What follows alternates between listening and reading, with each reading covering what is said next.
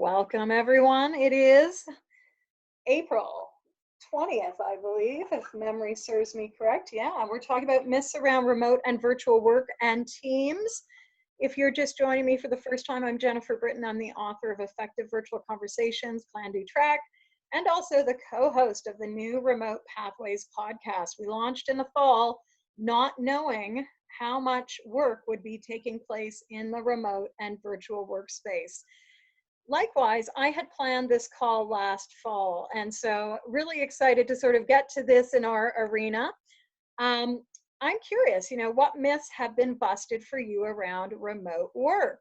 In the last 6 weeks, billions of people around the world have had to move to the remote space that could. We also have lots of essential workers still on the front lines. But for many, we are now working in a remote space, and our touch points might only be by email, instant messaging, or Zoom or other platforms. So I don't want to put our callers on the spot, but I'm going to be sharing with you about 7 different myths that I've been writing about in the last year or two over at the Teams 365 blog. These are all things that I've seen in almost a 30-year history of remote work. Prior to starting Potentials Realized in 2004, I led teams across regions of the world as well as countries that could take upwards of 5 days to traverse, not by car, but by dugout, by horseback, by army truck. And so really myths and remote work has been a big thing that I think many of us are busting. And so that's why I have a balloon. Because in the Caribbean, we have this actual saying of, what are you going to stick a pin in and bust the myth on? So for those that are just joining, welcome. I am recording today. It is great to have you here. I'm so glad you could take some time, but we are recording if you don't want your face on, and that's fine. We're talking about myths around remote work. So good to see you, Dee Dee. Thanks for dropping in. And maybe since there's 2 of you now, I can say, are there any myths that have been busted around remote work for you in the last month or so? Maybe some assumptions you might have held or other things that you thought might have been. And I'm going to be sharing 7 myths that I write on. So Missy, you were first on the line. Are there any myths that you'd say you've busted around remote work or remote teamwork? I would say 2. One, I work in the 3rd largest hospital for the VA. And their computer system cannot handle remote work. And so I only get on the computer for work. I have the ability to get on, but I only try to do it once a day because it takes me 20 minutes to get on. Oh, so they are not set up to handle it. We were on a call of 300 people the other day, and it just fell. It just, everything broke in 20 minutes into it. Yeah. And so we just do not have whatever the bandwidth. It wasn't designed for this. And the other thing I will say, I don't know if it's really a myth, but I enjoy working from home. So how would you frame that one? Is that I just love it, I enjoy it? You know what, I've worked from home before, and I think I just like the routine of it, the flow, because like if I have a break, I can throw a laundry in. And I look at the time of day of when it's the warmest, and I go out and I walk my 2 miles. And so it's just, there's freedom because like my office at work has no windows. So I just, to me, it's the sunlight, just being outside. Nice. Well, thanks for sharing that. And I know we've got Dee Dee on the line too. Dee Dee, is there anything you want to share about myths around remote work that might have been busted or not? We've got you on mute. Yeah. Hi, Jen. It's so good to see you. Thanks yeah, I think, so I think what's top of mind right now in terms of myths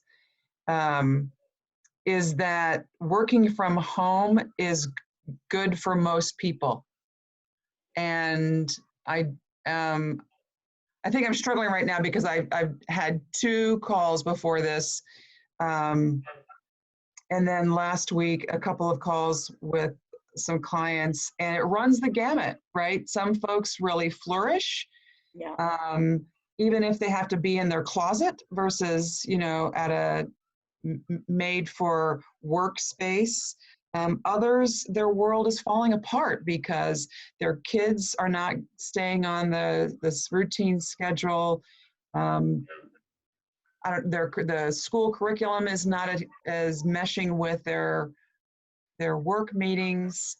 They aren't able to have thought partnership with colleagues that they've had in the past in a way that either they're used to or that they're comfortable with. Yeah. So that's probably the biggest one that's kind of looming for me right now. And I love the way you frame that, because it is such a continuum, right? Like, it doesn't work for everyone, yet at the moment, most people don't have a choice. So Right. make it work. And, you know, hopefully this is just a moment in time, but I think it's also pointing to probably the myths that I bring up are things that probably in both of your worlds of work, either supporting clients or just looking at your own work, you'll be able to include and incorporate. So with that, I'm going to jump in, and I'm actually going to move because the sun is like beaming in, which is a great thing, but I need to just move. And I'm going to be off our line right at 11:30 as I have a call coming in then. So here are some, and just a reminder, last call, if you haven't been here for a while, last week's call was all about strengths and focus. So how can you leverage your strengths in the virtual space? And I think it was fun. There was a little bit of exercises you can do. It's available over at the YouTube channel. The first myth I wanted to start off with, though, is this one of that no person is an island. And you might have heard me speak about this recently. It's something that I did a whole 30-minute call on in February over at the Effective Virtual Conversations playlist. So definitely listen into that. And at that time, I was sharing the fact that, you know, like any island, we really are deeply interconnected. So how do we boost collaboration? How do we boost our relationship management skills? Sort of interesting. Tomorrow, I'm speaking. I was due to speak. It's an event that's been rescheduled 3 times in almost a year. And it was supposed to be in person, but of course is virtual. And it's interesting because, you know, what was going to be maybe 50 people in the room now is 175, and it might even grow beyond that. And the topic is collaboration, which to me signals, like right now, I think this is one of the biggest challenges people are having. How do we collaborate? To your point, Dee Dee, you know, how do I find a thought partner that's going to help me move thinking ahead? How, you know, what kind of collaboration do I need to engage in? And how do we do that when we can't see each other or our platforms don't mesh, to Melissa's point as well? So just think about this one of like, maybe it's a myth. I think I'm holding all of these as like, maybe myth isn't the right word, but it's like a focus point. It's an attention point. Like, are you an island? Are you feeling isolated? If so, what can you reach out? You know, islands are not isolated. They are part of an archipelago, unless there are a few, like Barbados, where I lived, which is a floating coral reef. Wouldn't you know? But most are connected. So like, what do you need so that you're not feeling like you're in a bubble? And this is where, you know, leaders play a key role in ensuring that team meetings, and formal and informal, are happening. And then for us as coaches, you know, how could we help people identify other supports that they might be able to tap into at a community level, a family level, a wider level as well? So just curious, you know, any thoughts on this one, no person is an island? I've brought it back a few weeks now. So any thoughts on that one, Missy? Are you seeing this as part of your world of work? Well, Dee Dee kind of got me thinking, to me, because my setting and my colleagues are, to me, very unhealthy, that's part of why I like being at home. I'm out of the toxic environment. And so I like the word that you use, focus point, and like, what do you need? Like, we have a daily huddle call, and that's enough for me. Yeah. You know, but then I have my own personal life, and I have my own support system. With, you know, with different friends, you know, a lot of it's because of my, you know, faith. And so there's just you know, I have not been, you know, I'm by myself, but I have not been lonely at all during this time because of the amount of, you know, the connection I've had. Yeah.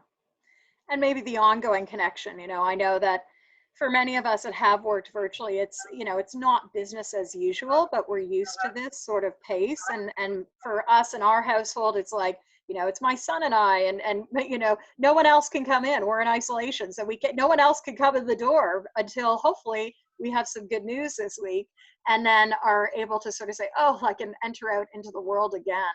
But you know, there's a variety of elements here.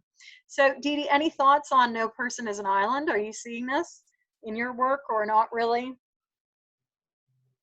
Yeah, it also makes me think about, I think some of the folks who I'm in contact with in terms of coaching are finding that because of the need for collaboration or thought partnership, their meeting Workload.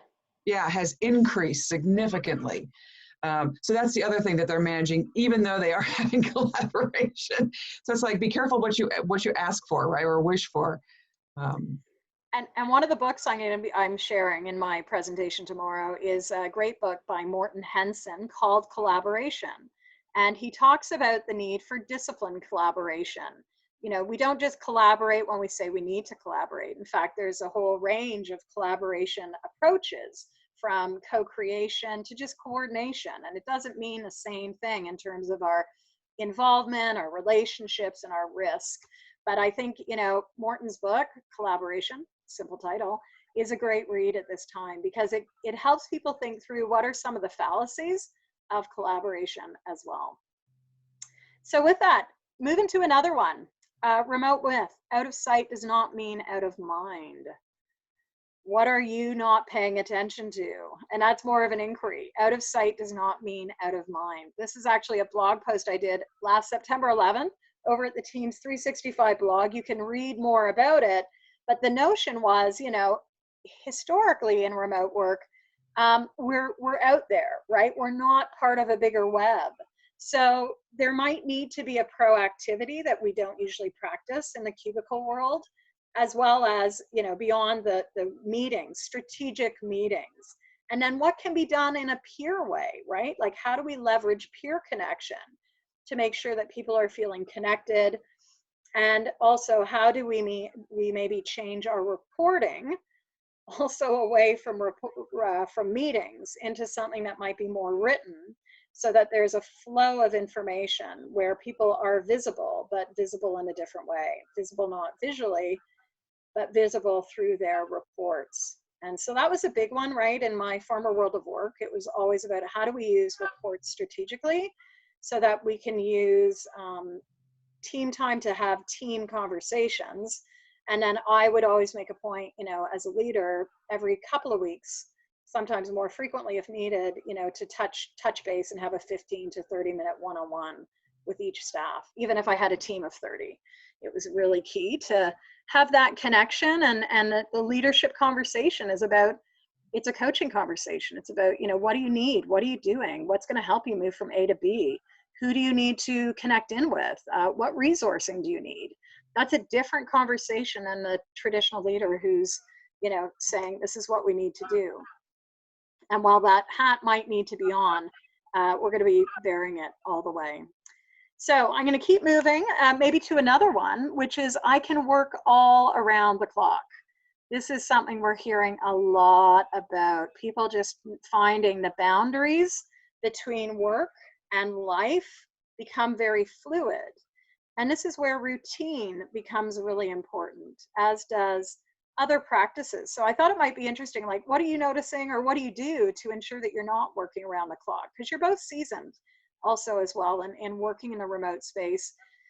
In the best of times, I usually swim or walk, and those have had to go on a sidebar for a couple of weeks, but swimming for longer than that. But I know that those are really important, that I have fixed hours of work, and that I do step away. I do step away to get household chores done, to welcome my son back from school, to have a snack. He's always said to me, like, why at 3:30 are you eating, Mom? And the other day he said, Mom, I now understand why you eat at 3:30, because that's when I come home.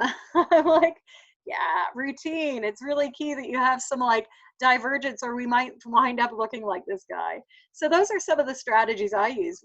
Missy, what do you use in terms of keeping boundaries around your time?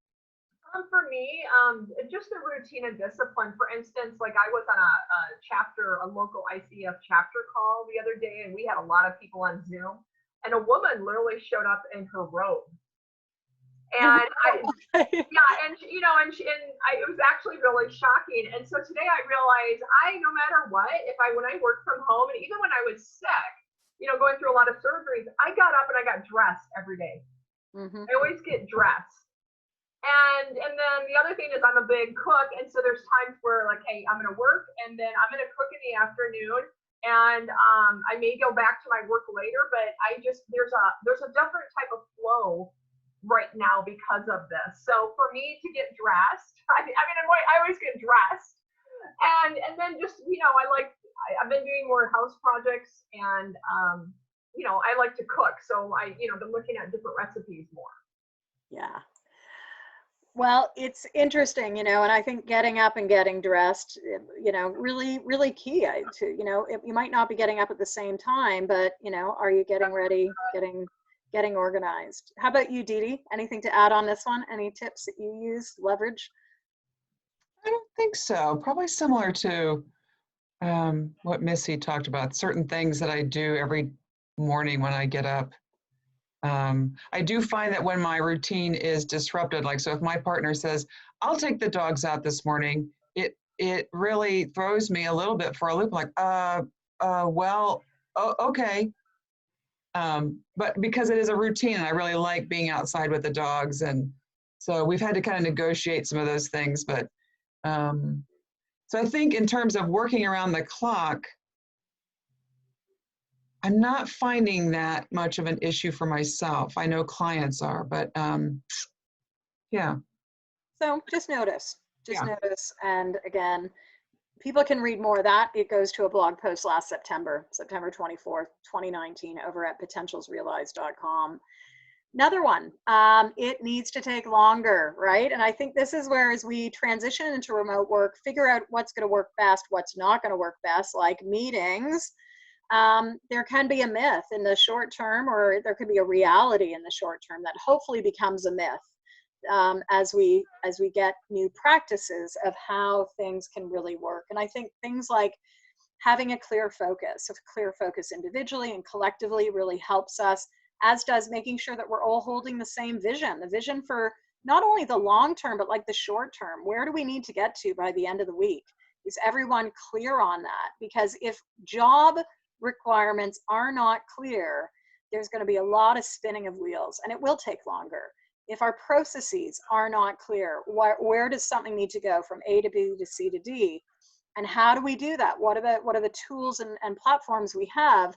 Then we can things will take longer. And it doesn't always need to. In fact, things can be faster if there is, strategic, and I'll use that term, strategic, concise communication. And like, communication is one of the many, I was sharing in many calls this spring, sort of the 7 C's, the remote enablers that I call them, of just remote work. They're in the remote working white paper I launched a few months ago, but it's really key to be, going back and saying, like, am I being consistent with my messaging?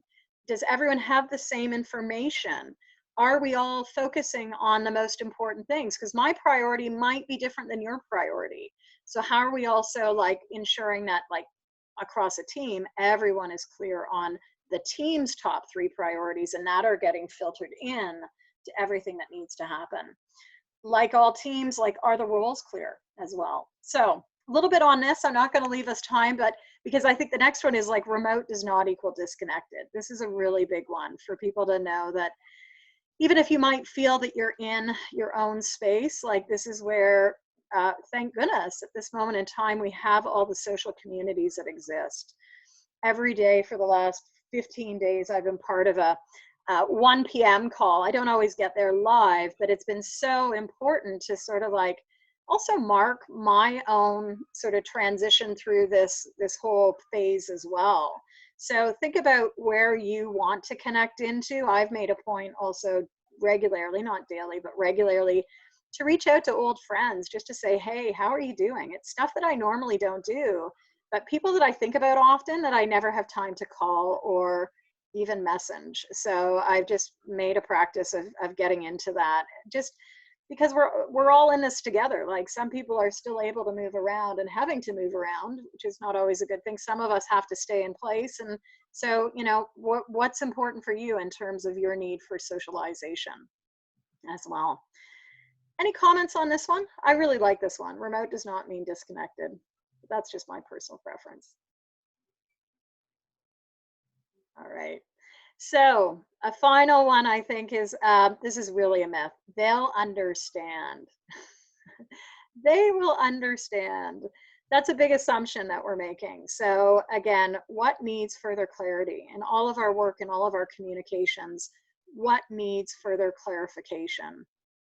Maybe it's, oh, I didn't specify the access code, or oh, I didn't specify something else. So they'll understand, like do a triple check on your communication. If I were to read it and read it in different ways with different meaning, is it clear? Is there a call to action? Have I given a call to action in the email if there is an email communication around this?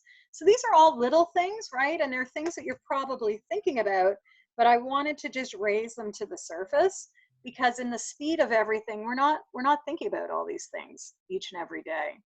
So my invite to you in your line of work is to think about what needs to be further clarified at the moment. And I'll leave that as an inquiry.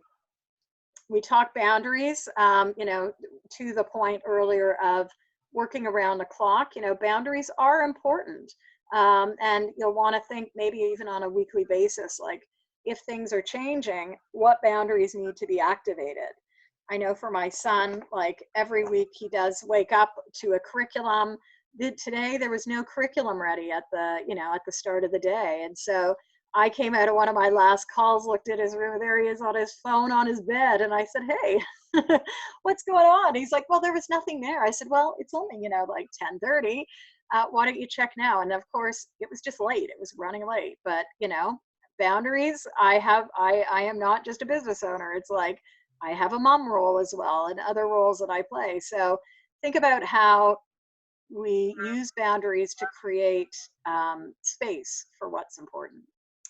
And I think that's the last one that I had. So an inquiry question for you, you know, like for your own self, are there some thinking, experimentation? This next one was supposed to be collaboration, the puzzle piece, or teaming needs, mindsets that you need to bust or think about right now. I'm going to just give us a minute of silence to think about, you know, your focus this week in all these areas. Like, is there a shift? Is there a perspective shift or an assumption shift or busting that you want to make around your thinking, experimentation, collaboration, or teaming? And I'll give you the gift of 1 minute of silence. Take a note for yourself.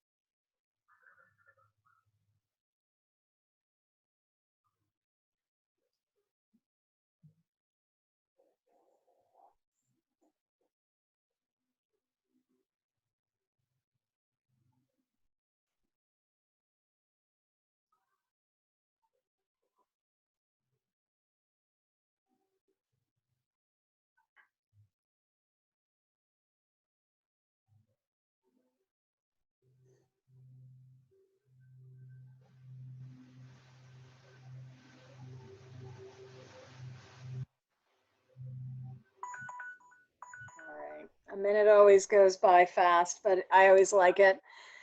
Last week we talked about what do you need to dial up or dial down? Are there some things that you need to augment in your work? Or are there some things that you need to minimize? And that was a really impactful question to last week's group. So I thought it would be interesting to just lay that over today's call to get you to think about what's important to dial up or dial down. And then it's a now what? Like, what's next for you this week? We're on Monday. The week lies ahead. I hope that it's going to be a good one for all of you. I'd love to just wrap up our call today by asking, like, what's one thing you want to put focus on as you think about your week this week? And Missy, is there something you'd like to share with us in terms of, could be related to what we talked about today or something completely different? What do you want your focus to be this week?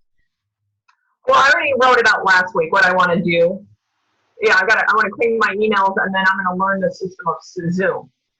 Susan. So already those are my goals. And finish. I'm writing a document, so I've been up early editing it, and so I'll finish that up. So those are like business stuff. But the stuff, one thing you had met, I'm just going to elaborate on this quickly. On number 4, why it's my number 4, I think it's your number 5, it takes longer. I'm on the receiving end of how our boss is communicating and how he's changing processes in the middle of this pandemic, which is his former military. I'm former military. You don't change process in the midst of chaos. And he is creating confusion because of his lack of process. Yeah. And his inability to communicate in a precise way each. I mean, we do have a huddle every morning at 8:30, but via phone. But I'm just seeing the consequences of that on the receiving end. Yeah. Yeah, it's process is key, right? And what do you do midstream? It's difficult. It's definitely difficult. So, well, again, ride the wave, right? That's why it's a wavy road. It's not a straight line. It's a wavy road. And how about you, Dee Dee? What's one of your next steps this week? I think I'll show you what my next step is, Jennifer. I have all of these little Post-it notes that need to get into my to-do notebook, and I just seem to be, I'm not going to say procrastinating, I just seem to be occupied by other things. All right. So when's it going to happen, Dee Dee? Is it going to happen right after this? No. It's going to happen probably, it's going to happen on Wednesday. On Wednesday. All right. Well, you know, we got to get things done. And again, like getting things done can look a little different in this space. I want to say thank you for joining us today. I hope that it was valuable. What did you enjoy the most? What was valuable for you today, Dee Dee? You know, I wasn't going to pop on, Jen, but I always seem to get energy and wisdom from you whenever I'm in your space. So the value for me was being in your space to start out my week with that kind of motivation and joy and just what you exude that I really appreciate. Well, thank you very much. That means a lot. And for you, Missy, what was valuable for you this morning? Your ability to put structure around my experience of working virtual on a team right now. Because before I was working virtually individually. That's a different dynamic when you work on a team versus individually. So true. So true. Well, with that, thank you. There's no call next week because I'm doing something else. I can't remember what I'm doing, but no call next week. I'll be back on May the 4th for our next topic, and that is mantras of virtual work. And then May 11th is an open space topic to be announced. June, we get into summer projects and mid-year stock taking. So more upcoming. Thank you both. Good to see you today. Thank you. And we'll see you later. Take care. Bye. Bye.